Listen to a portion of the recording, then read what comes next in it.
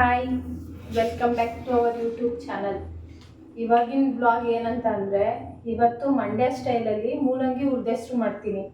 ಅದು ಹೆಂಗೆ ಮಾಡ್ತೀನಿ ಅಂತ ನಿಮಗೂ ತೋರಿಸ್ಕೊಡ್ತೀನಿ. ನೀವು ಒಂದ್ಸಲ ಮನೇಲಿ ಟ್ರೈ ಮಾಡಿ ನೋಡಿ. ಮಂಡ್ಯ ಸ್ಟೈಲ್ ಮೂಲಂಗಿ ಹುರ್ದೆಸ್ರು ಮಾಡೋಕ್ಕೆ ಬೇಕಾಗಿರುವ ಸಾಮಗ್ರಿಗಳು: ಕಾಯಿ, ಒಂದು ಟೊಮೊಟೊ, ಒಂದು ಫುಲ್ ಈರುಳ್ಳಿ.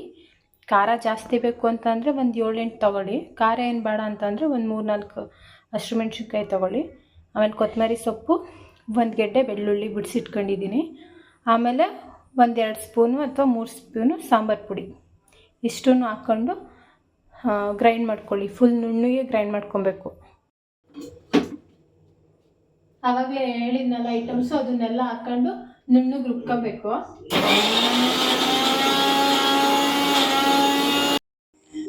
ನಾವು ಸಾಂಬಾರಿಗೆ ರೌಂಡು ಕಟ್ ಮಾಡ್ತಿದ್ದಲ್ವಾ, ಆದರೆ ಇವಾಗ ಹುರ್ದೆಸ್ರು ರೌಂಡು ಕಟ್ ಮಾಡಬಾರ್ದು.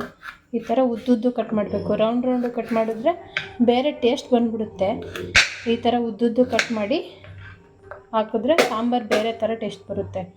ಅದಕ್ಕೋಸ್ಕರ ನಾವೇನು ಮಾಡಬೇಕು ಅಂತಂದರೆ, ಮೂಲಂಗಿನ ಉದ್ದುದ್ದು ಕಟ್ ಮಾಡಬೇಕು. ಇದು ನಾವೇ ಬೆಳೆದಿರೋ ಮೂಲಂಗಿ, ನಾಟಿ ಮೂಲಂಗಿ. ಮೊದಲು 1-2 ಟೇಬಲ್ ಸ್ಪೂನ್ ಆಗೋಷ್ಟು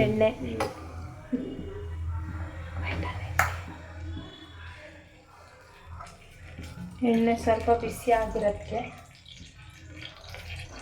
ಜಜ್ಜಿಟ್ಕೊಂಡಿರೋಂಥ ಬೆಳ್ಳುಳ್ಳಿನ ಹಾಕಬೇಕು. ಜಜ್ಜಿಟ್ಕೊಂಡಿರೋ ಬೆಳ್ಳುಳ್ಳಿ ಹಾಕಿದ ನಂತರ ಈರುಳ್ಳಿ ಹಾಕಿ ಅದು ಸ್ವಲ್ಪ ಎಣ್ಣೆಗೆ ಫ್ರೈ ಆಗಬೇಕು.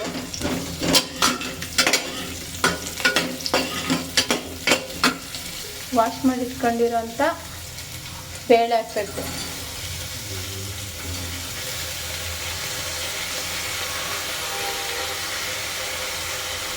ಮುಂಚೆನೇ ವಾಶ್ ಮಾಡಿ ಇಟ್ಕೊಂಡಿದ್ದೆ ನಾನು.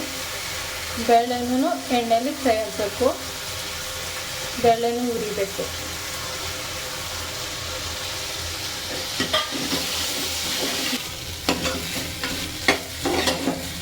ಸ್ವಲ್ಪ ಬೇಳೆ ಫ್ರೈ ಆದಮೇಲೆ ನಾವು ಮೂಲಂಗಿ ಕಟ್ ಮಾಡಿ ಇಟ್ಕೊಂಡಿದ್ವಲ್ಲ, ಆ ಮೂಲಂಗಿ ಪೀಸ್ನ ನಾವು ಫ್ರೈ ಮಾಡ್ಕೋಬೇಕು.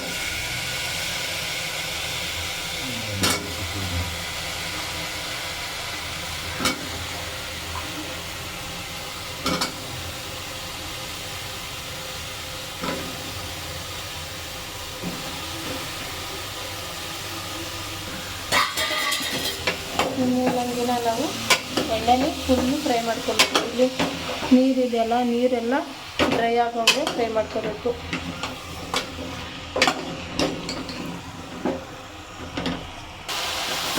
ಇವಾಗ ಮೂಲಂಗಿ ಚೆನ್ನಾಗಿ ಫ್ರೈ ಆಗಿದೆ. ಹಸಿ ಸ್ಮೆಲ್ಲೆಲ್ಲ ಹೋಗೈತೆ. ಹಸಿ ಸ್ಮೆಲ್ಲೆಲ್ಲ ಹೋದ್ಮೇಲೆ ನಾವು ಆವಾಗಲೇ ಗ್ರೈಂಡ್ ಮಾಡಿ ಇಟ್ಕೊಂಡಿದ್ವಲ್ಲ ಮಸಾಲೆ, ಆ ಮಸಾಲೆನೇ ಇವಾಗ ಇದಕ್ಕೆ ಹಾಕ್ತಾಯಿದ್ದೀವಿ.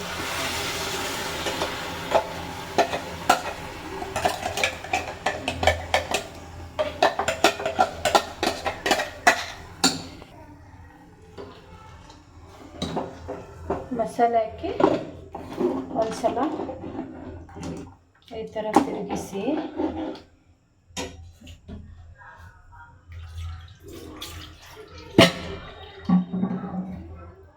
ಮಸಾಲೆ ಸ್ವಲ್ಪ ಗಟ್ಟಿಯಾಗಿತ್ತು, ಅದಕ್ಕೋಸ್ಕರ ಸ್ವಲ್ಪ ನೀರು ಹಾಕಿದೆ.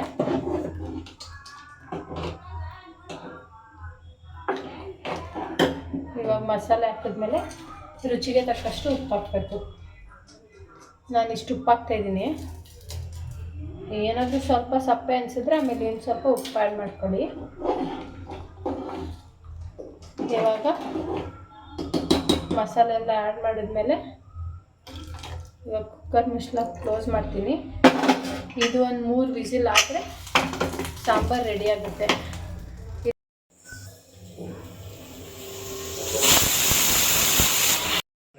3 ವಿಸಿಲ್ ಆಯಿತು. ಇವಾಗ ಕುಕ್ಕರ್ ಮುಚ್ಚಳ ಓಪನ್ ಮಾಡ್ತಾಯಿದ್ದೀನಿ. ನೋಡೋಣ ಬನ್ನಿ ಸಾಂಬಾರು ಹೆಂಗಾಗಿದೆ ಅಂತ. ನೋಡಿ, ಬೇಳೆ ಎಲ್ಲ ಚೆನ್ನಾಗಿ ಬೆಂದಿದೆ, ಮೂಲಂಗಿನೂ ಬೆಂದಿದೆ. ಒಂದ್ಸಲ ನೀವು ಮನೇಲಿ ಟ್ರೈ ಮಾಡಿ ಮೂಲಂಗಿ ಹುರ್ದೆಸ್ರನ್ನ. ಟೇಸ್ಟ್ ಹೆಂಗಿದೆ ಅಂತ ಹೇಳ್ಬಿಟ್ಟು ಕಮೆಂಟ್ ಮಾಡಿ. ಕಮೆಂಟಲ್ಲಿ ತಿಳಿಸಿ ಟೇಸ್ಟ್ ಹೆಂಗಿದೆ ಮೂಲಂಗಿ ಹುರಿದ ಹೆಸ್ರುದು ಅಂತ.